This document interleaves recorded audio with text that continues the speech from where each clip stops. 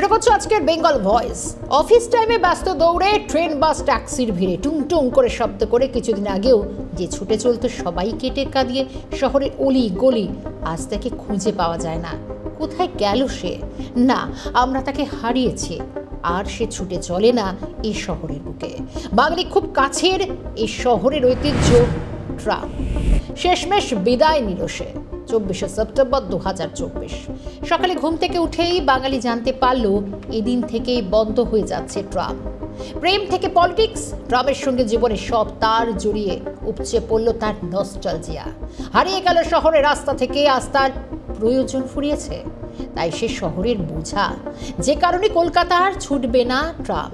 1.5 শতক ধরে শহরের নস্টালজিয়া বহন করে বহু মানুষের যাত্রাপথের বিশ্বস্ত সঙ্গী ছিল এই পরিবেশ বান্ধব যানটি। কেন হারিয়ে গেল রাজপথ থেকে ট্রাম? ফিওডর পেট্রক্স প্রথম ট্রাম আবিষ্কার করেন। কলকাতা হাইকোর্টের নির্দেশের পর রাজ্য সরকার একটি পরিকল্পনা তৈরি করছে যা ঐতিহ্যবাহী ট্রাম সংরক্ষণ করবে।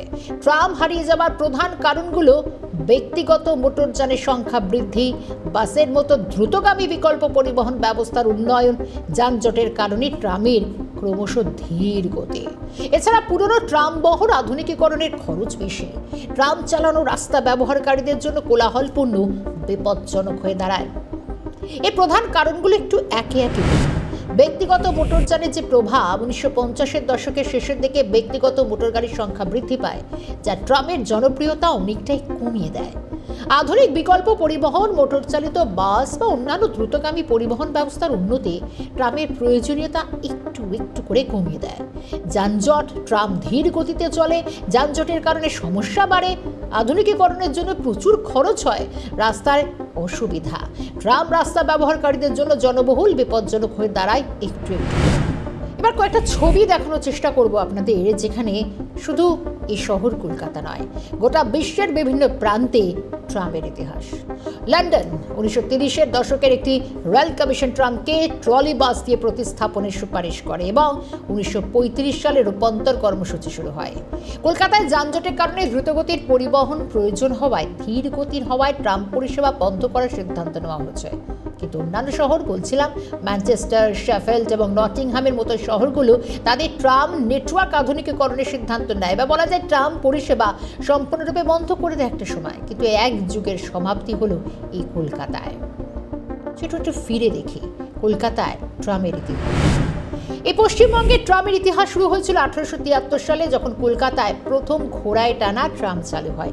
সবাই জানি আমরা। 1902 সালে কলকাতার এশিয়ায় প্রথম শহর হিসেবে বৈদ্যুতিক ট্রাম চালু করে। পশ্চিমবঙ্গের ট্রাম ইতিহাসের মূল বিষয়গুলো: কলকাতায় প্রথম চালু হয়েছিল ট্রাম 1873-এর 24শে ফেব্রুয়ারি। সেই সময় ঘোড়ার মাধ্যমে ট্রামগুলিকে টানা হতো। কলকাতায় ট্রামের প্রথম রুট ছিল শিয়ালদাহ থেকে আমিনিয়া ঘাট পর্যন্ত, আর এই রুটের দূরত্ব ছিল 3.9 কিলোমিটার। কিন্তু যাত্রীর অভাবে কলকাতায় প্রথম ট্রাম পরিষেবা সেই বছরেই 20শে নভেম্বর বন্ধ হয়ে যায়। কলকাতা প্রথম ট্রাম পরিষেবা বন্ধ হওয়ার পর ক্যালকাটা ট্রামওয়েজ কোম্পানি বা সিটিসি নামক লন্ডনের একটি সংস্থা কলকাতায় পুনরায় ট্রাম পরিষেবা চালু করে। এই কোম্পানির কাছে কম বেশি 1000 মতো তখন ঘোড়ায় যেহেতু চলতো ট্রাম, তাই ট্রাম দিয়ে টানা হতো। তৎকালীন ক্যালকাটা ট্রামওয়েজ কোম্পানির হাতে তখন ট্রাম ছিল প্রায় 177টি মতো। কলকাতায় বৈদ্যুতিক ট্রাম টানার জন্য ঘোড়াকে বাদ দিয়ে পরবর্তীকালে স্টিম ইঞ্জিন ব্যবহার শুরু হয়। তবে 1902 সালে প্রথম কলকাতার ট্রাম পরিষেবা বৈদ্যুতিকরণ করা হয়, যা ছিল এশিয়ার মহাদেশে প্রথম বৈদ্যুতিক ট্রাম পরিষেবা। ভারতের স্বাধীনতার পর 1951 সালে পশ্চিমবঙ্গ সরকার ক্যালকাটা ট্রামওয়েজ কোম্পানিকে অধিগ্রহণ করে। তারপর থেকে পশ্চিমবঙ্গ পরিবহন দপ্তর মানে West Bengal transport corporation limited কর্তৃক ট্রাম পরিষেবা পরিচালিত হতে শুরু করে ধীরে ধীরে। কলকাতার ট্রাম ডিপোগুলি ছিল, আপনারা সবাই জানেন, বেলগাছিয়া, রাজাবাজার, পার্ক স্ট্রিট, গড়িয়াহাট, টলিগঞ্জ, কালীঘাট এবং খিদিরপুর। 7টি ডিপোর পাশাপাশি কলকাতার ট্রামের 9টি টার্মিনালও ছিল: শ্যামবাজার, গালিব স্ট্রিট, বিধাননগর, বালিগঞ্জ, এসপ্ল্যানেড, বিবাদীবাগ এবং হাওড়া ব্রিজ।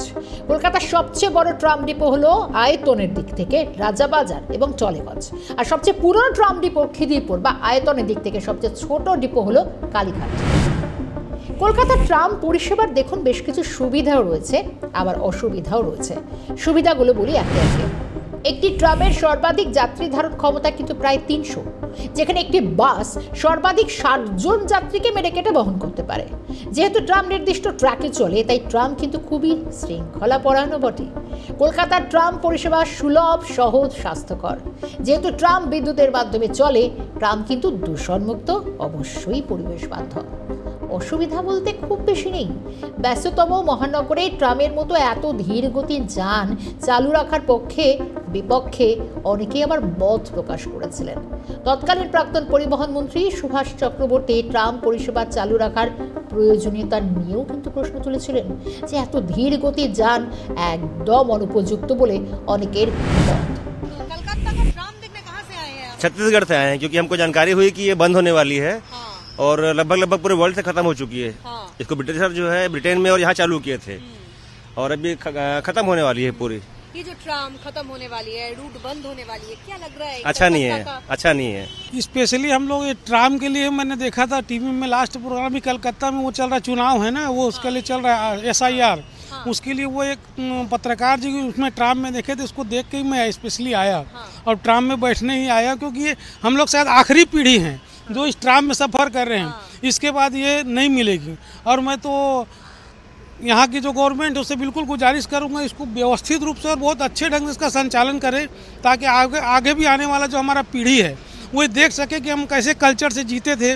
খারাপ লাগে যে ট্রামটা থাকলে বয়স্ক লোকরা বা বাচ্চারা খুব ট্রামটা ঠিকভাবে সার্ভিস চালালে খুব ভালো হয়।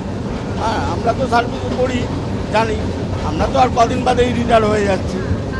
না, ট্রামটাকে রাখা আমার মতে খুব ভালো। এই যে ট্রামের রুটগুলো ধীরে ধীরে বন্ধ হয়ে যায়, হ্যাঁ খারাপ লাগছে। হ্যাঁ, অবশ্যই অসুবিধা হচ্ছে, কারণ ট্রামের ফেয়ারটাও কম। এখান থেকে আমি যাই 6 টাকায়, সেই জায়গায় অটোই নেয় 15 টাকা। সেই জন্য ট্রাম ফেয়ারটা তো কম লাগে। পুরনো ঐতিহ্য ফিরে আসুক, এটা তো সবাই চায়। हाँ, सुने थे इसीलिए कि कलकत्ता में ट्राम चलती है। गवर्नमेंट को ट्रामें और बढ़ानी चाहिए। যেমন আমাদের বেহালায় ট্রাম ছিল, ঠাকুরপুকুরের ট্রাম ছিল, তখন ট্রামের সাপোর্টটা হচ্ছে খুব মানে কমফোর্টেবল সাপোর্ট ছিল। কিন্তু আস্তে আস্তে ট্রাম সব জায়গায় বন্ধ হয়ে গেছে, এখন ট্রাম আর নেই, এইটুকুই চলছে।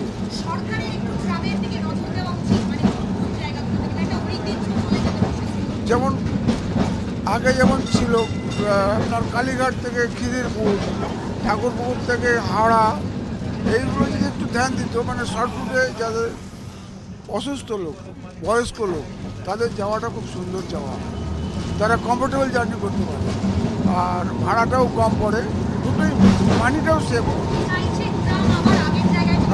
হ্যাঁ, অবশ্যই চাই, আমি ট্রাম চাই, ট্রাম আগের জায়গায় ফিরে আসে।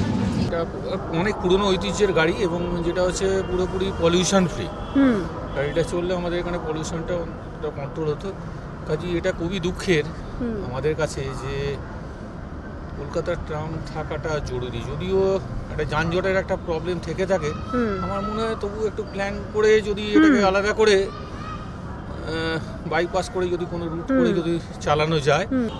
এত ট্রাম লাইন করেও তো ট্রাম বাঁচানো যাচ্ছে না, কারণ ম্যানেজমেন্টের অভাব, এটা আমার মনে হয়েছে। কারণ ট্রাম কোম্পানিতে বাস বার করেও চালাচ্ছে না, রোডে দেখছি না, যার কারণে ওখানেও প্রফিট করতে পারছে না, আর ট্রামে তো আরও নেই।